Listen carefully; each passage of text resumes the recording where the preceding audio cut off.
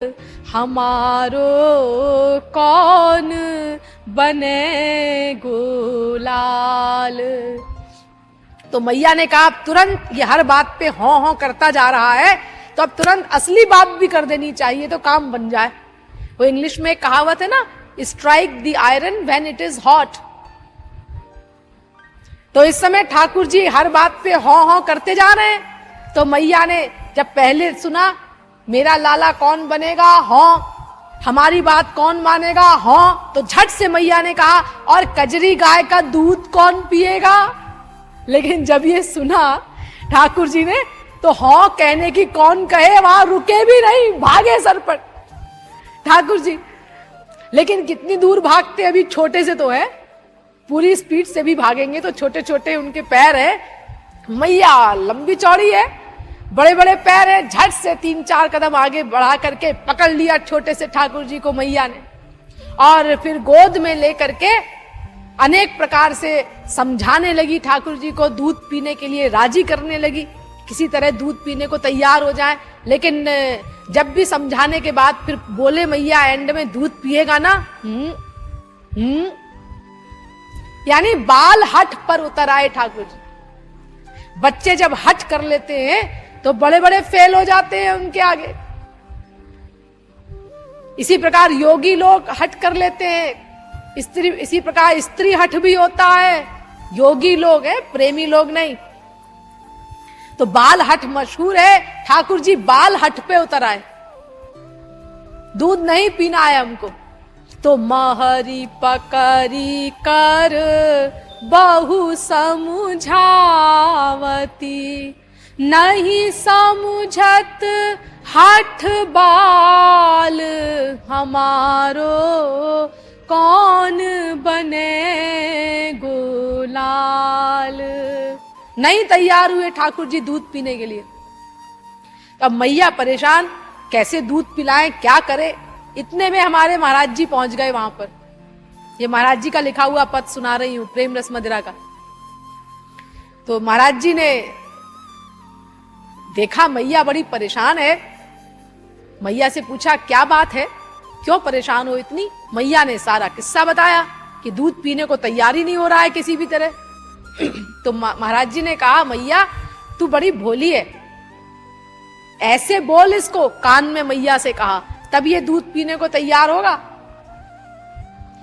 तो महाराज जी की राय के अनुसार मैया ने ठाकुर जी से कहा, जो यह दूध पियत है वाकी। ठाकुर जी को चोटी बढ़ाने का बहुत शौक था। जब भी मैया की चोटी पर ध्यान जाता था, जिद करने लगते थे, मैया मेरी चोटी इतनी बड़ी कब होगी, मेरी चोटी इतनी बड़ी कब होगी। तो महाराज जी ने वही पॉइंट दे दिया। तो मैया कहती है, जो यह दूध पियत है वाकी, चोटी होती विशाल, हमारो कौन बने गुलाल। अरे लाला मुझे क्या है, मैं तो तुझे इसीलिए कह रही थी कि देख लाला, ये जो कजरी गाय का दूध पीता है ना, हाँ, उसकी चोटी बहुत बड़ी हो जाती है, इसीलिए मैं तुझसे कह रही हूं दूध पी ले। तू कहता है मैं नहीं पीऊंगा। अब ठाकुर जी ने जब ये सुना चोटी बड़ी हो जाती है, तो ये जो गर्दन यूं हिल रही थी, नहीं पीऊंगा नहीं पीऊंगा नहीं पीऊंगा, वो हिलनी बंद हो गई। पी लेना चाहिए दूध, चोटी बड़ी हो जाएगी, हमारी मैया के बराबर हो जाएगी। क्यों मैया तेरे बराबर हो जाएगी ना चोटी, अरे मुझसे भी बड़ी हो जाएगी, बहुत बड़ी हो जाएगी। तो पी लें क्या दूध। अरे हटाओ, नहीं पीते, लेकिन पी लेना चाहिए दूध, चोटी बड़ी हो जाएगी, मैया से भी बड़ी हो जाएगी, लेकिन हटाओ कौन पिए। यानी अब संघर्ष चल रहा है ठाकुर जी के मन में, दूध पिए कि नहीं पिए, पिए कि नहीं पिए। यानी जो मना कर रहे थे दृढ़ निश्चय पूर्वक नहीं पीना है, वो तो खत्म हो गया, गर्दन हिलनी बंद हो गई, लेकिन अभी यूं नहीं हुई गर्दन कि हाँ दूध पीऊंगा। तो जब ये स्थिति देखी हमारे महाराज जी ने कि टेम्परेचर आ तो रहा है, डाउन तो हो रहा है, लेकिन अभी नॉर्मल पे नहीं आया, इसको नॉर्मल पे करना है, दूध पीने के लिए तैयार करना है, यूं हो जाए गर्दन। तो महाराज जी ने फिर से यशोदा मैया के कान में कहा, ये और कह दे बस पक्का हो जाएगा दूध पीने का हिसाब किताब। तो मैया ने ठाकुर जी से कहा महाराज जी की राय के अनुसार कि लाला एक बात और सुन। अब ठाकुर जी बड़ी उत्सुकता से मैया के मुख की ओर देख रहे हैं, गोदी में लेटे हुए हैं मैया की, छोटे से ठाकुर जी।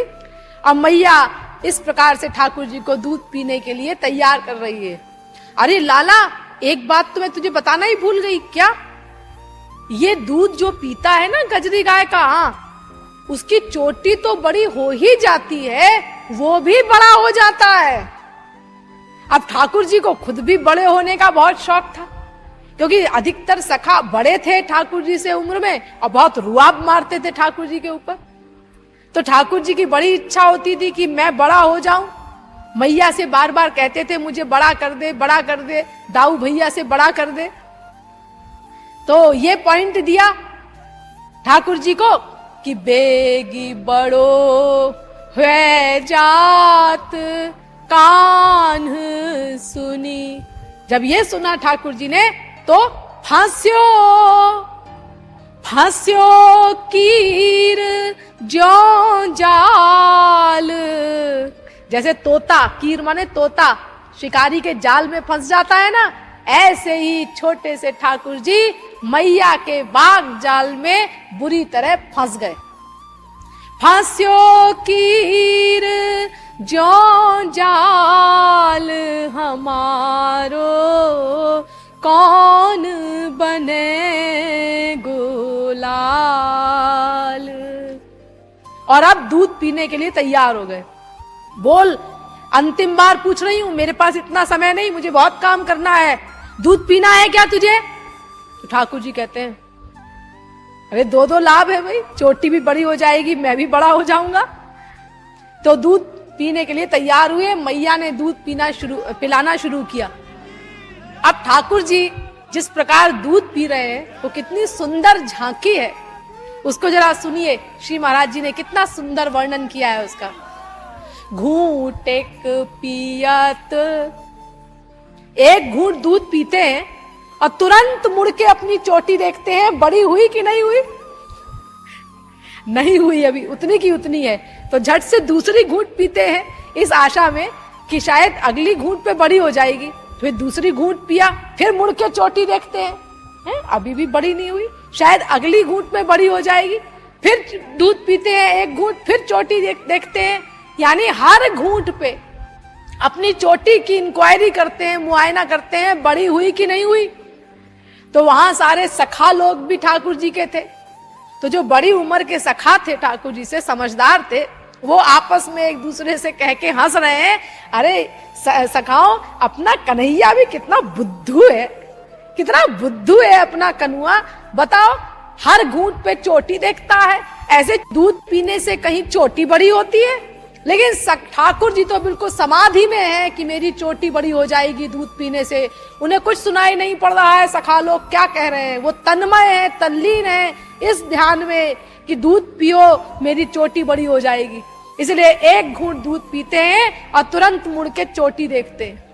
घूंट एक पियत लखत पुनि चोटी, हंसत हंसत सकल मिली ग्वाल हमारो कौन बने गोलाल।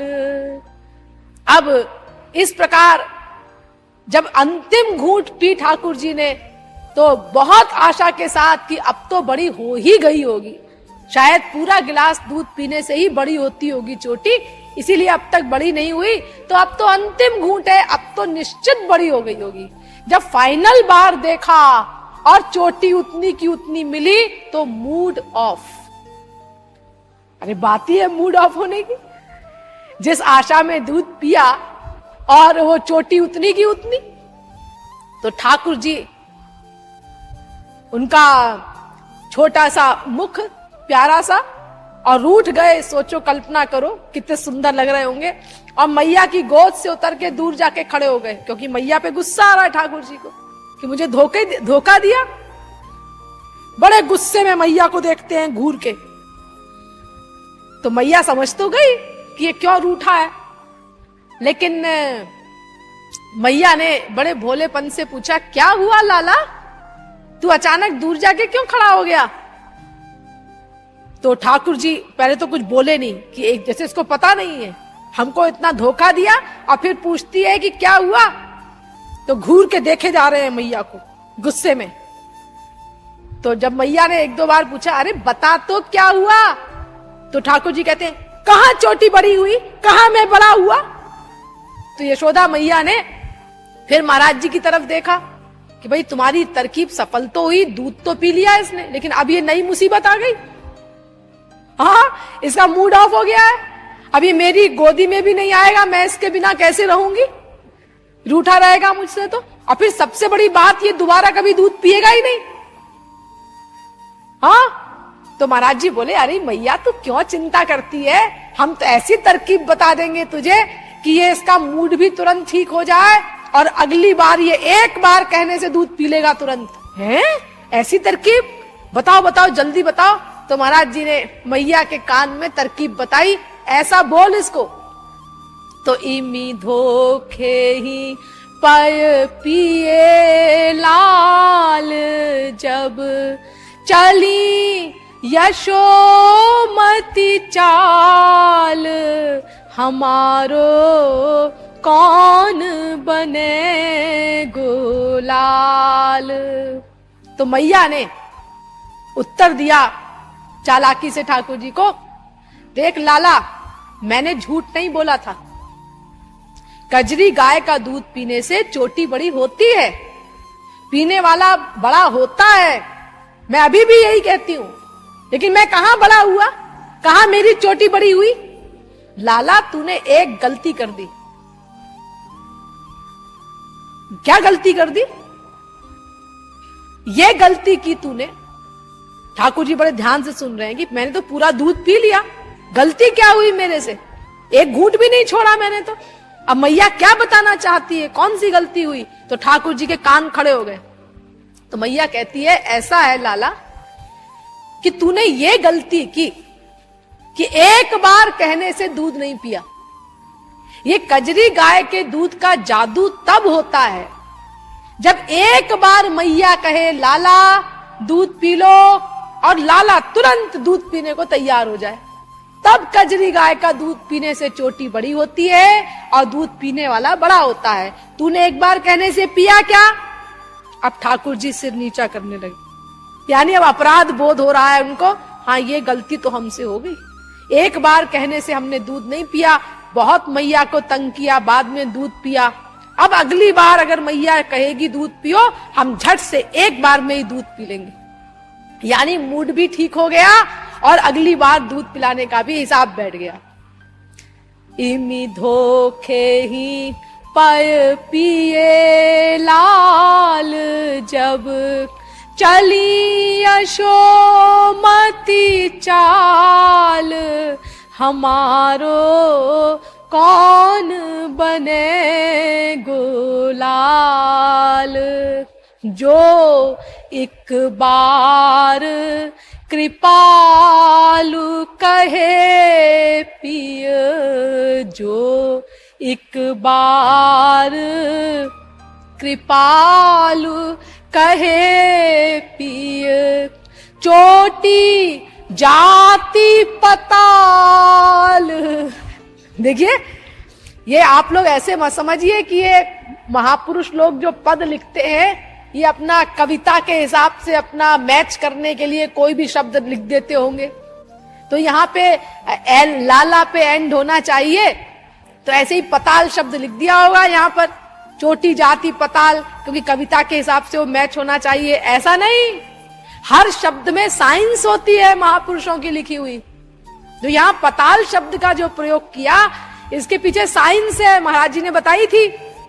वो ये साइंस है कि अगली बार ठाकुर जी, पहली बात तो उनको याद नहीं रहेगा, बच्चों की मेमोरी बहुत कमजोर होती है, लेकिन अगर उनको याद भी रहा और अगर उन्होंने पूछा कि चोटी तो नहीं बड़ी, मैया तूने तो कहा था एक बार कहने से दूध पी लो तो चोटी बढ़ जाती है, हमने एक बार कहने से पी लिया फिर भी चोटी नहीं बढ़ी, तो सेफ साइड के लिए यहाँ पताल शब्द रख दिया गया है। तो मैया तुरंत कह देगी अरे लाला मैंने तुझे बताया था ना चोटी जाती पताल। वो चोटी बड़ी तो होती है लेकिन वो इतनी बड़ी हो जाती है कि वो पाताल में चली जाती है, तो तेरी चोटी बड़ी होके पाताल में चली गई। ये सेफ साइड बचाव के लिए पॉइंट एक रखा हुआ है। तो जो एक बार कृपालु कहे पिय चोटी जाति पताल, हमारो कौन बने गुलाल, हमारो कौन बने गुलाल। तो ये वात्सल्य भाव का रस है।